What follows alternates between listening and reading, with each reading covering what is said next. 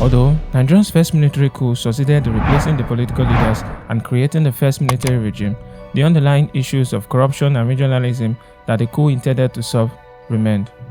The new regime of Major General Ironsi went vigorously to work on these issues. My main concern is to restore law and order as soon as possible. He declared itself a corrective government and arrested and detained politicians from the previous regime. His first act as Supreme Commander was to appoint military governors in all 4 regions of the country. He appointed Lt.Col Hassan Katsina as the military governor of the north. For the west, Ironsi appointed Lt.Col Adekunle Fajuyi, formerly of the Abeokuta garrison. Lt.Col David Ejo, formerly of the 1st Battalion, was appointed governor of the Midwest. And Lt.Col Chukwuemeka Ojukwu, the former commanding officer of the 5th Battalion, became the military governor of the Eastern region. There were a lot of concerns in the north about the new regime. Northerners felt threatened because the coup in January, led primarily by the Igbos of the Eastern region, saw the deaths of their prominent leaders and top military officers. To make matters worse, no Igbo politician was killed during the coup. And most crucially, Ironsi, the current head of state, was of the Igbo ethnicity. By not explaining the circumstance of the January coup or the events that led him to assume power, Ironsi did not help himself. Most Nigerians did not even know that some of the co-conspirators of the January coup were not Igbos. Northerners in particular saw the coup as an Igbo plot and Ironsi's regime as an Igbo regime. To prove that he was not leading an Igbo regime, Ironsi appointed Lt.Col Yakubu Gowon, the highest-ranking northern officer, as his army chief of staff and entrusted his personal security to northern soldiers. He posted the principal staff officer, who was a southerner, out of the Supreme Headquarters in Lagos and replaced him with Major T.Y. Danjuma from the northern region. Another northern soldier, Lieutenant William Wobi, commanded his personal escort. Ironsi even went as far as to appoint relatives of the Southdowner and Lt.Col Palm, who were murdered during the January coup, into his private security team. By surrounding himself with northern soldiers, Ironsi completely sealed his fate. Just days after the January coup, Lt.Col Victor Banjo of the Engineering Corps was arrested at the police headquarters after he tried to take a gun into a room when Ironsi was present. But Banjo was the least of Ironsi's problems. Some northern soldiers had become increasingly enraged at the murder of their 4 most senior officers in January by the Igbos, and felt a need to restore their honor by avenging the death of their northern colleagues. Early warning signs of the impending danger to come appeared at the 4th Battalion in Ibadan.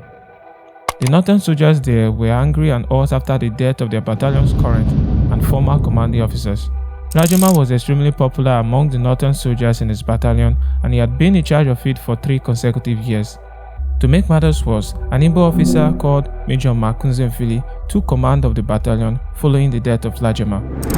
Northern fury increased around the battalion, and most northern soldiers refused to take orders from Nzemfili. And as a result of this, Ironsi was forced to replace him with Major Joe Akanha from the northern region. On the 24th of May 1966, Major General Ironsi issued perhaps one of the most controversial decrees in Nigeria's history, the Unification Degree. The major implication of this decree was that it unified the previously separate civil service of each region. Formerly, the civil service had been regionalized, with each region having control of their separate service.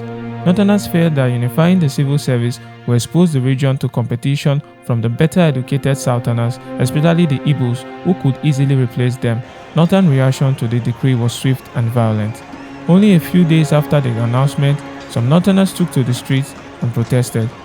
What started as a student demonstration in Kano quickly turned into a bloodbath. Within hours, hundreds of armed men swept across the streets to where the Igbos lived, broke into their homes, and started to burn, loot, and kill as many men, women, and children from the east as they could lay their hands on. Soon, the riot spread into most parts of the north. By the time it was over, Nigeria was again on the verge of disintegration. At least 1,000 people, mainly Igbos, were killed, and tens of thousands fled southwards to their homes in the east. After the crisis, Lt.Col Katsina, the military governor of the northern region, met with all the traditional rulers in the region. Many arrived with clear mandate from their people asking for the secession of the north.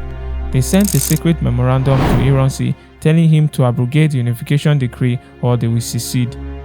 Ironsi replied by explaining that the decree was a temporary measure to enable the army to rule. With this, the traditional rulers declared themselves satisfied. Ironsi also had the assurance from the Sultan of Sokoto, the respected northern monarch, that there would be no more killings in the north. Also, Lt.Col Ojukwu, the military governor of the east, took this opportunity to ask his people who had fled to the north to return. He would later regret this decision. Throughout June, Ironsi's government groped for a remedy to the problems in Nigeria, but to none did it occur that some northern soldiers were already planning to overthrow him. With their overwhelming numerical presence in the infantry, it was clear that a revenge coup by the northern soldiers would have drastic consequences. The de facto leader and coordinator of the coup was the Inspector of Signals, Lt.Col Murtala Mohammed. He was assisted by Majors Martin Adamu and Theophilus Danjuma.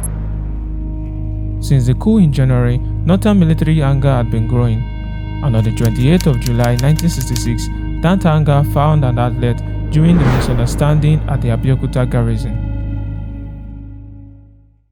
Late in the night, Lt.Col Koweze, the commanding officer of the Abeokuta garrison, became concerned by the reports he had received which indicated that another coup was imminent. To avoid a repeat of the killings that had occurred in January, Koweze instructed some of his men to wake up the officers and called a meeting in the officers' mess. At the officers' mess, Koweze urged any officer with information on the impending coup to come forward and promised that he would not report anyone for doing so. He told the officers that in an event of a coup, he would issue arms and ammunition to soldiers in his unit so they could defend themselves. In response to Okoweze's orders, an Igbo NCO went around waking up soldiers with instructions for them to go and collect arms. Rather than ease the tension around the garrison, the meeting further agitated the northern NCOs who were not inside the mess. Some of these NCOs had already planned the mutiny and assumed that Okoweze was discussing plans to eliminate them. A group of them decided that Okoweze's order was a chance to strike first against their Igbo colleagues. They decided to preemptively get organized and armed. Two northern soldiers in the unit, Sergeant Sabo Kwale and Corporal Mesemeri Maje, had a pivotal conversation in their native language. Kwale told Maje, the unit Samara, to ensure that weapons were only issued to northern soldiers. While Okoweze continued to address the meeting in the officers' mess, northern NCOs led by Sergeant Kwale and Corporal Maje started advancing towards the mess. The officers in the mess initially thought the NCOs were coming to receive instructions and did not realize that they were about to become eyewitnesses to a crime scene.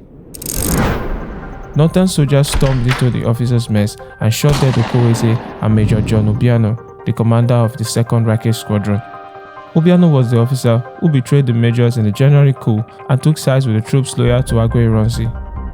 After shooting Okoweze and Obiano, all hell broke loose as soldiers started running for cover in all directions. Initially, no one was sure which side was responsible for the shootings. Shortly afterwards, Captain Mohammed Ramawa and Domkat Bali, the two most senior northern officers in Abeokuta who were absent during Okoweze's meeting, returned and was shocked to discover the bullet-riddled bodies of Okoweze and Obiano inside the officers' mess. They quickly changed into full battle attire and tried to restrain the NCOs. However, not even the presence of their senior officers could restrain the rage of some of the NCOs. Now in control of the Abeokuta garrison, northern soldiers conducted a door-to-door search for the Igbo soldiers. When found, they were shot dead and their bodies were dumped into vehicles parked near the officers' quarters. Thereafter, Captain Ramawa telephoned the Chief of Army Staff, Lt.Col Gowon, to inform him of what had happened. Armed with the news of the Abeokuta Mutiny, Gowon started to inform the various army formations around the country, warning them to be on alert. However, his calls to other army installations simply spurred northern soldiers in those units into action. One Igbo soldier, Lieutenant Ronald Ogbonna, who had been out of the barracks when the trouble started but returned in time to stumble upon the mayhem, concluded that another coup was in progress and fled. Panic-stricken Ogbonna managed to find his way to the police station to inform the 2nd Battalion of what he presumed to be an isolated mutiny at the Abeokuta garrison. Unfortunately, Ogbonna's call was answered by Lieutenant Nuhu Nathan, who was in on the coup plot.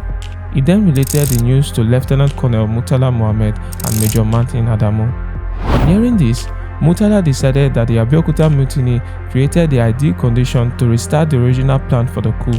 He ordered 2 separate groups of the Abeokuta mutineers under Lieutenants D.S. Abubakar and Pam Wankon to head out from Abeokuta and provide reinforcements to their co-conspirators in Lagos and Ibadan, respectively. Murtala then proceeded to wake up Captain Joe Garba of the Federal Guards and told him about the situation at Abeokuta, after which he departed to rouse other northern soldiers in Lagos.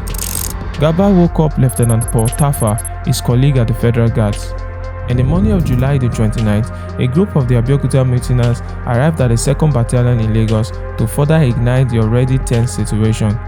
Soldiers led by Lieutenant Nathan and MM Nasarawa, who managed the affairs around the battalion in the absence of Murtala Mohammed, rounded up Igbo soldiers in the battalion and shot them dead. The Ikeja airport in Lagos, under the command of the fearsome Sergeant Paul Dixon, also turned into an execution ground. Igbos at the airport, both military and civilians, were flogged on DC's orders, and some others were murdered. Some of the active participants in the coup in Lagos include Captain Ibrahim Taiwo and Lieutenant Muhammadu Buhari of the 2nd Brigade Transport Company.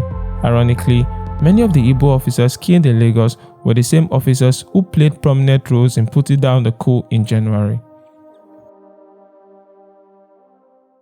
In Ibadan, Ironsi had just completed his nationwide tour and was lodging at the residence of Lt.Col Fajuyi, the military governor of the Western region. In the early hours of Friday, the 29th of July, he received a telephone call from the Commissioner of Police informing him of the mutiny at Abeokuta. Hearing this, Fajuyi suggested that they should leave the State House in Ibadan, but Ironsi would have none of it. From Abeokuta, Lt.Col Ogbonna also made more panicking calls to other military units, including the 4th Battalion in Ibadan. His call was answered by the battalion's adjutant, Lt. Garba Dada, who was also one of the core northern conspirators. Ogbonna's distress calls mainly served as a rallying alert for other northern troops to mobilize. Lieutenant Garba Dada woke up Major Danjuma and updated him. They then telephoned the Abeokuta garrison to get more information on what had happened. Lieutenant Pam Wankon, who answered the phone, confirmed the murders at Abeokuta and urged Dada to commence a coup in Ibadan immediately. He was also heading to Ibadan under the command of Murtala Mohammed. Emboldened by the outcome in Abeokuta, approximately 24 northern troops under the command of Major T.Y. Danjuma, whom Ironsi had recently promoted, turned up at the State House in Ibadan. Being a prominent member of Ironsi's entourage during his tour, Major Danjuma asked all the guards on duty to line up. He then ordered all the Igbo guards to leave, picking out only the northern ones. After being briefed by Danjuma, the northern guards switched sides and joined him, and together they surrounded Fajuyi's residence. By sheer coincidence, Lt.Col Gowon placed a call to the State House at that very moment. The call connected to a telephone immediately adjacent Danjuma's location. After picking up the receiver, he identified himself to Gowon and informed him of his plan to capture the Supreme Commander. Can you do it? Yes, we have got this place surrounded. Alright, but for goodness sake, we have had enough of bloodshed. There must be no bloodshed. No, we are only going to arrest him. Around 5 a.m., Ironsi ordered Lieutenant Hilary Njoku, the commander of the 2nd Brigade, who was also on tour with him, to travel to Lagos and organize the suppression of the mutiny from there. But before he departed, he placed a call to the commander of the 4th Battalion in Ibadan, Lt.Col Joe Akanha. Akanha was already aware of the events at Abeokuta, but he informed Njoku that nothing unusual was occurring in his unit.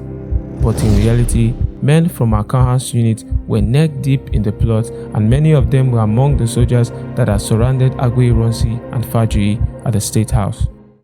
As Njoku was leaving the State House, he was immediately recognized by the northern troops outside and they opened fire on him.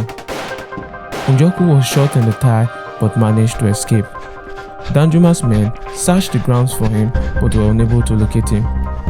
Njoku escaped for the second time when the northern soldiers went looking for him at a hospital where he sought medical treatment for the gunshot wound he had sustained.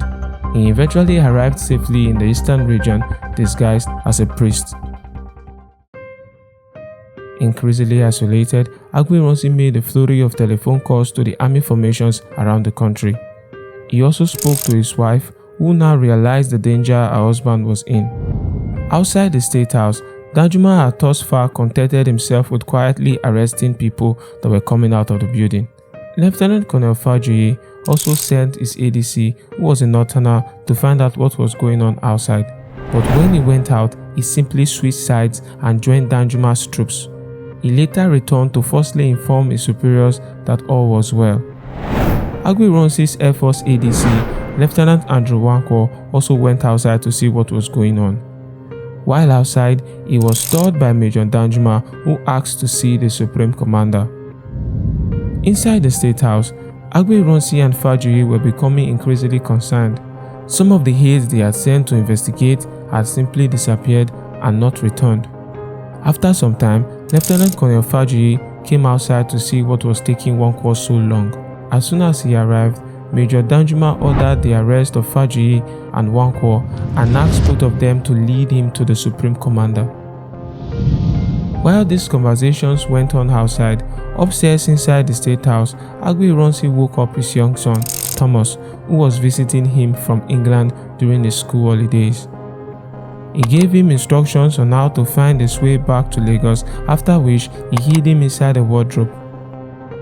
Escorted by Fajuyi, Danjuma and his troops entered the State House. They went straight to the living room where Abeokuta was, saluted him, and ordered his arrest.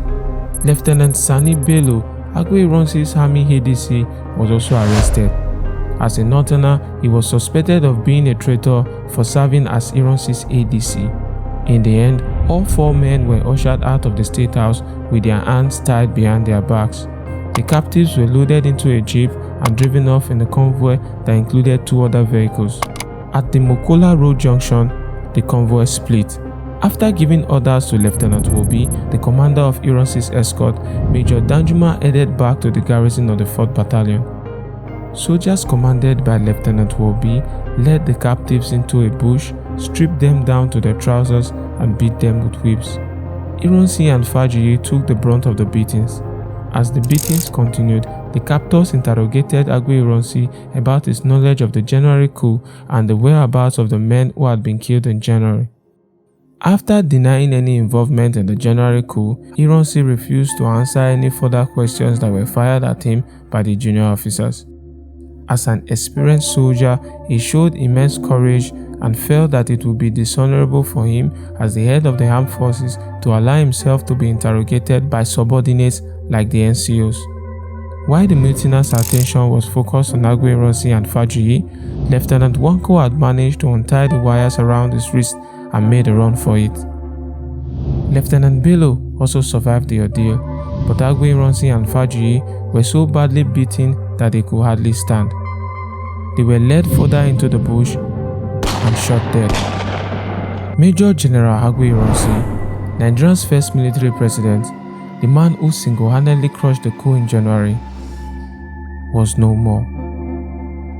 Not long before his murder, he had ordered the release of the former opposition leader, Chief Obafemi Awolowo. But only a few days after his death, Awolowo would be released by his successor, who took all the credit and goodwill for the move.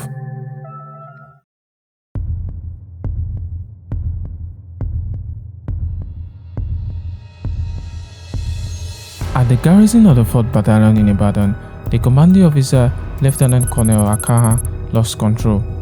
Igbo soldiers in the battalion were now being rounded up by the northerners and detained. Soon, both the mutineers from Abeokuta, led by Lt.Col Murtala, and the soldiers that murdered Ironsi and Fajuyi arrived at the barracks. Together, they rounded up more Igbo soldiers and locked them up in the guard room. Once inside, grenades were tossed into the room, killing the Igbo soldiers immediately. Soldiers who survived the grenades were shot on sight. In Lagos, in less than 24 hours, northern soldiers had managed to seize control of the Federal Guards, the airport, and the 2nd Battalion. In an effort to crush the coup in Lagos, Brigadier Babafemi Ogundipe, the Chief of Staff and de facto second in command of the Nigerian Army, sent a platoon of troops from the Lagos Garrison Organization to recapture the airport. Since most of these troops were non-combat soldiers, they were not used to handling firearms regularly. They stood no chance against the heavily armed northern infantrymen who knew they were coming and laid in wait for them. They were ambushed on the Ikorodu road and took heavy casualties at the hands of northern soldiers who had been expecting them. Further attempts by Ogundipe to send reinforcements failed as some of the soldiers refused to go. The ones who did simply drove around Lagos and returned to base without firing a single shot. Finally, Lt.Col Murtala Mohammed sent a group of soldiers to the barracks of the Lagos Garrison Organization to suppress further counterattacks by the garrison. When they got to the barracks of the Lagos Garrison Organization, they rounded up several Igbo soldiers and shot them dead. At the 1st Brigade in Kaduna, the commander, his deputy, and the deputy commander of the Nigeria Defense Academy were all conveniently absent. In their absence, Major Samuel Gbemudia, the brigade major in Kaduna, ordered all soldiers in the unit to surrender their weapons. Over at the 3rd Battalion, the Igbo commander, Lt.Col Okoro, was dissuaded from disarming his men by his RSM. Okoro believed that he could defuse the situation through dialogue. He addressed his troops in the afternoon and they assured him of their loyalty, and with that, Lt.Col Okoro naively dropped his guard. Late in the day, Okoro's RSM informed him that he was required in the guard room, but when he arrived, he was shot dead by 2 of his northern troops. One of the soldiers that shot him was Lieutenant B.S. Dimka, who would later go on to mastermind another bloody coup in Nigeria. Dimka also led another attack on Major Gbemudia, who had earlier detained and interrogated him, but Gbemudia was lucky to escape. After Okoro's murder, an alarm was sounded for the battalion's muster parade. When the soldiers showed up for the parade, Igbo soldiers were singled out and headed into trucks. They were driven out of the battalion and shot dead. Among the officers in Okoro's battalion was a young lieutenant called Sani Abacha. There was no immediate bloodshed at the 5th Battalion in Kano for 2 reasons. First, the battalion was commanded by a northerner, Lt.Col Mohammed Shua, and thus the northern soldiers did not have to forcibly take control. Secondly, when the news of the mutiny got to the battalion, Shua was absent. His deputy, Major James Oluleye, received the information. Oluleye immediately called his company commanders and told them to lock the armory and hand over the keys to him. By the time the news of the events at Abeokuta filtered through the rest of the battalion, it was too late for the northern soldiers present to do anything. A coup in the eastern region was also planned. However, it was forestalled firstly by one of Lieutenant Ugbona's distress calls from Abeokuta, and secondly by the outstanding leadership of the veteran commander of the 1st Battalion in Enugu, Lt.Col David Ogunewi. Ugbona's call to the battalion came early enough to alert Ogunewi on what was going on. By the time the northern officers called their colleagues in Enugu to swing into action, Ogunewi had already been forewarned. He found the northern soldiers in his battalion dressed in combat fatigue, getting ready to commence an assault in Enugu. But he managed to convince them to hand over the keys to the armory and negotiate a truce with the northern soldiers. He then locked the battalion's armory and placed the keys under the guard of some of the unarmed northern and southern officers. Lt.Col Ojukwu, the military governor of the eastern region, was also not taking chances with his safety. He correctly suspected that he was marked for elimination by the northern soldiers in Enugu and left the State House to take refuge at the regional police headquarters. Since there was no permanent military base in the Midwest, no shootings occurred. The northern soldiers in the region were members of the security detail of Lt.Col Ejo, the region's military governor. Nonetheless, Ejo, who was deeply concerned, called his men and urged them not to shed any blood. In Lagos, in the afternoon of the 29th of July 1966, Brigadier Babafemi Ogundipe, who was now the most senior army officer, went on air and called a state of emergency in Ibadan, Abeokuta, and Lagos. By now, The Ikeja cantonment in Lagos had now become the headquarters of the mutineers. This exasperated Ogundipe, who later sent Lt.Col Gowon to talk to them. When Gowon arrived, he found out that the leading figures of the coup were northern officers stationed in Lagos. During the meeting, the northern soldiers agreed on a ceasefire but under two conditions. First, all northern and southern soldiers must be repatriated to their separate region of origin. And the second, the secession of the northern region from Nigeria. It took the combined efforts of Gowon, the British and the American ambassadors, and some high-ranking civilians to convince the soldiers that secession from Nigeria would be a bad idea. They later agreed, but on the condition that the supreme commander must be from the north. Based on seniority, Brigadier Ogundipe was supposed to become the supreme commander, but he was sidelined by the northern officers for being a southerner. The next in line was Colonel Robert Adebayo, but he too was sidelined for being a southerner. He was later appointed the military governor of the western region. After 3 days of marathon talks, the northern soldiers went with Lieutenant Colonel Yakubu Gowon as their choice for supreme commander. All the military governors, except Ojukwu, recognized Gowon's leadership. Ojukwu felt that allowing a middle-ranking officer, backed by the coup plotters, to become the head of state, irrespective of seniority, would lead to serious consequences in the future. So far, the counter-coup was a purely military affair, and most Nigerians were unaware of what had occurred in the barracks. On Monday the 1st of August 1966, Lt.Col Gowon finally broke the news of the coup to a mystified population. Well, I think, as I've said it already, I know it is quite a gigantic task. But I think, personally, that there is nothing impossible for a young man to do. I think once, at least, he's got, good level-headedness, good advisors around him, I think he will be able to carry his job quite all right. At 32 years of age, he became the youngest head of state in Africa, despite the presence of several more senior officers in the chain of command. As he struggled to stabilize himself in power, random murders of soldiers from the eastern region continued to occur. Of all the culprits, northern soldiers from the 4th Battalion at Ibadan were the most rebellious. A key event that perfectly illustrated this occurred on the 19th of August 1966. That day, soldiers from the 4th Battalion came to Benin, the capital of the Midwest, for a funeral. After the interment, the soldiers learned that some of the plotters of the January coup were detainees held at a nearby prison. Rather than heading home, they took a detour to the Benin prison and raided it. In the process, they allowed the northern troops who were detained there for their part in the January coup to escape. The Igbo officers, also held for the same offense, were not spared. 5 of them were tortured to death, the most prominent of which was Major Chris Anuforo, one of the core conspirators of the coup in January. So far, both the 1st and the 5th battalions of the army had been restrained from joining the mutiny. But this created a perception within the northern troops in both battalions that their prestige had been degraded in comparison with their mutinous colleagues elsewhere in the 2nd, 3rd, and 4th battalions.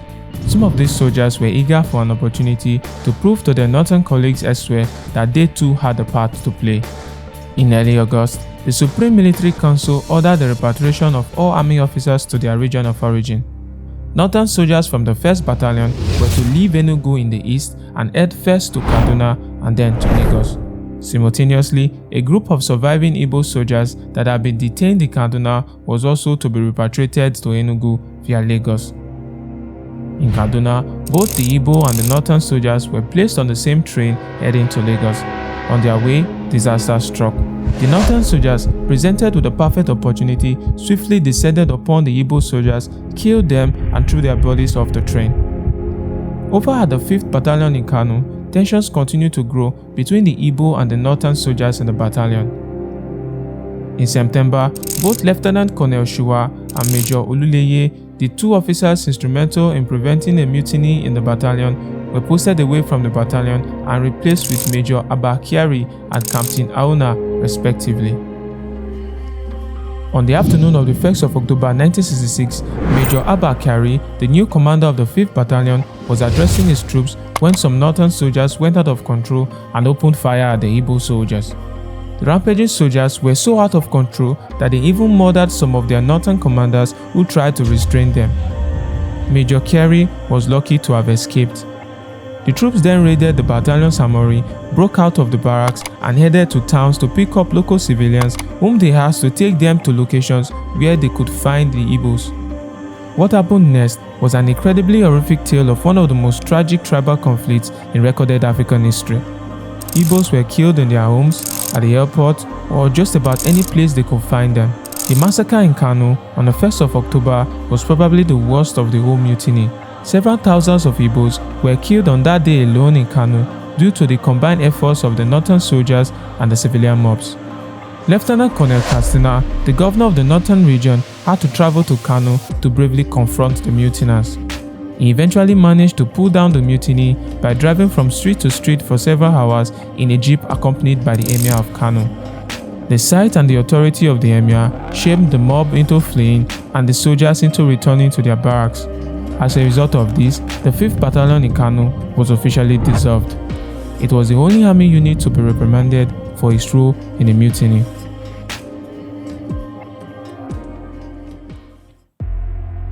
During Ironsi's regime, the Supreme Military Council organized the Constitutional Conference comprising delegates from the 4 regions of the country to discuss the affairs of the country and aid the transition into civilian rule.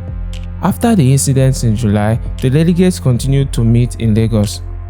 Panic struck the eastern delegates on the 11th of September when fresh news of killings of the Igbos in the north reached them in Enugu. The killings stopped for a week and then resumed on the 18th and the 24th. The outbreaks began within days, sometimes hours, of each other. Soon, it became a bushfire spreading to northern cities like Makurdi, Minna, Boko, Gombe, Jos, Sokoto, Kaduna, and so many more. In each case, the message was the same: kill the Easterners. While Igbos were the main targets, other tribes from the eastern region were not spared. In the main centers where the massacre took place, mobs, sometimes led by soldiers and native officers, raged through the Igbo quarters, hacking, cutting, and shooting as many Easterners as they could find. On the 29th of September, Yakubu Gowon made a radio broadcast intended to bring an end to the violence, but it had the exact opposite effect. On that very day, the killings exploded from a bushfire into an all-consuming conflagration. The massacres in Kano on the 1st of October was the final nail in the coffin for the eastern delegates. They could no longer continue with the conference while their tribesmen were being murdered all over the north. Although there were retaliatory attacks on some individual northerners living in the east, it was by no means comparable to the sheer brutality witnessed in the north. Aware of the killings in the north, Lt.Col Ojukwu urged all Easterners to return to the east and ordered the repatriation of all Northerners in the region. The Northerners from the east were placed on a series of trains bound for the north. On one occasion, a train carrying some northern civilians was stopped by an enraged Igbo mob at the Imo River Bridge. A number of the Northerners were hurt, but nobody was killed. In the eastern region, the tide of inflowing Igbos from the north soon turned into a flood. Many came with horrific tales about what they witnessed in the north, and others came with frightful wounds. Soon, the hospitals in the east were overflowing with patients. Exactly how many refugees poured into the eastern region from the north between mid-September and 31st of December will never be precisely known.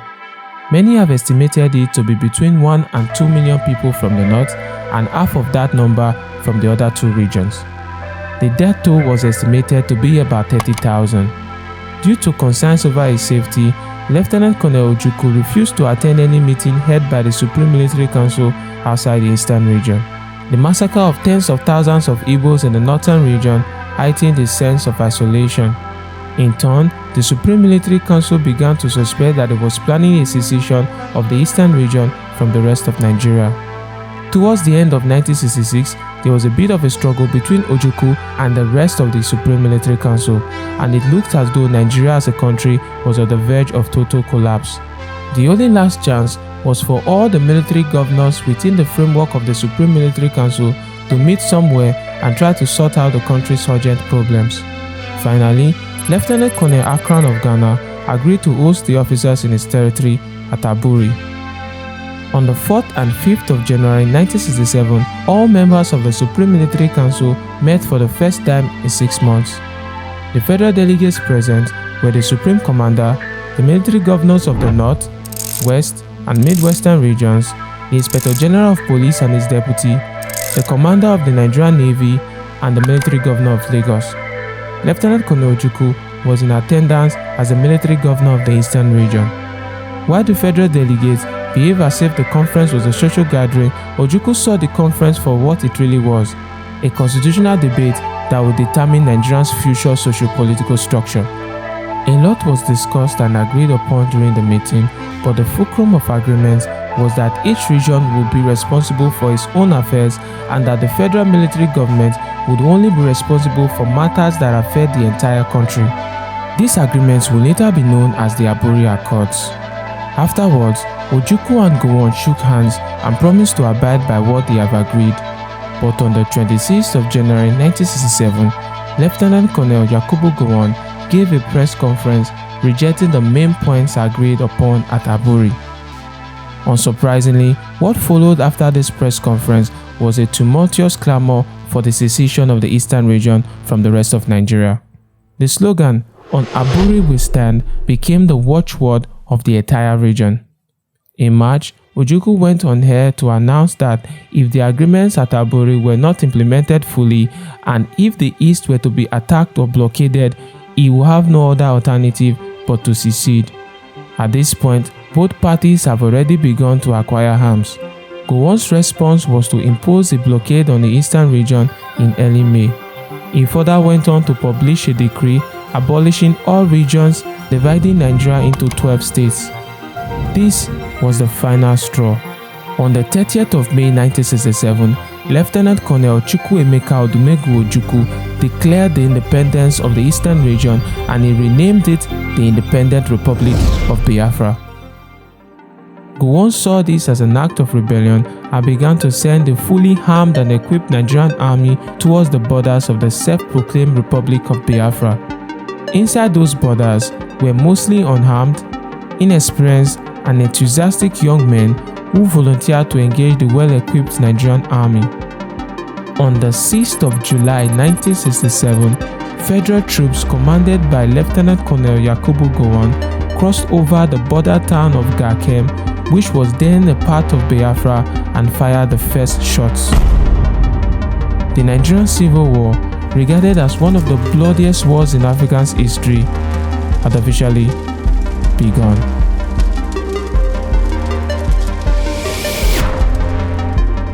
This video is the part 3 of a 4-part series on Nigeria's history up until the war. Click the video on the left to watch both the part 1 and the part 2.